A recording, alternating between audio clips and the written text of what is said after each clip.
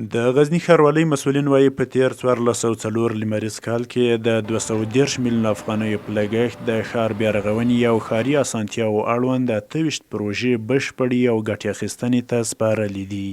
د مسؤلینو په خبره په دغو پروژو کې د سړکونو پخول او بیارغونه، د استنادي دیوالونو جوړول او د ویالو رغول شامل وو چې په بیلابیلو سیمو کې د خلکو د تګ راتګ او ښاري ستونزو د حل لپاره پلي شوي دي. د 1404 کال کې ښاروالۍ ریاست مختلفې پروژې لرلې چې د هغوی پروژو د جملې څخه د سړکو پروژې ولې، د استنادي دیوالو پروژې ولې، د بعضو مهمو جویچو پروژې ولې او د داسې بعضې نورو هغه داغګیرو پروژې ولې چې د بعضو سړکونو ولې.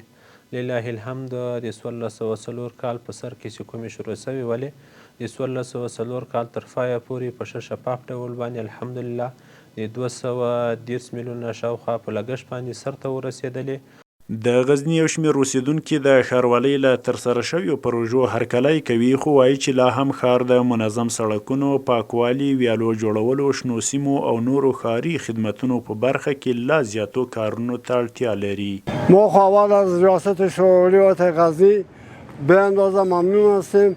این پلانهایی که ریاست شورولی در دست خود گرفته، سر کار خود گرفته، ما از ریاست شورولی پشتیبانی داریم. این سرکایی که در قید از هر طرف شهر که میری سرک‌ها با اندازه 6 متر و 5 متر و 4 متر است.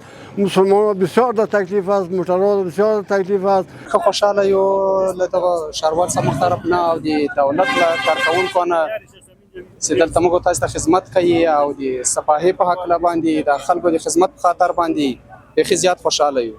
ټول ښار د نظم او د ډیسپلین او بلکې د ټول ښار د ښکلا لپاره دایم هڅې کړې دي او د هغو د جوړولو لپاره دایم کوشش کړی دی او د دې هڅې د ستایلو وړ دی او موږ ډېر خوشحاله یو. د غزني ښاروالۍ مسؤلین وایي د روان 1415 لمریز کال لپاره هم د 619 میلیون افغانیو په ارزښت 22 بېلابېلې پراختیایي پروژې په پلان کې نیولي چې د سړک جوړونې، ښاري نظم، د اوبو لیږد او نورو بنسټیزو برخو اړوند دي او ټاکل شوي چې چارې په نږدې وخت کې پیل او د کال تر پایه پورې بشپړې شي. محمد عارف لیوال، امید رادیو، غزني.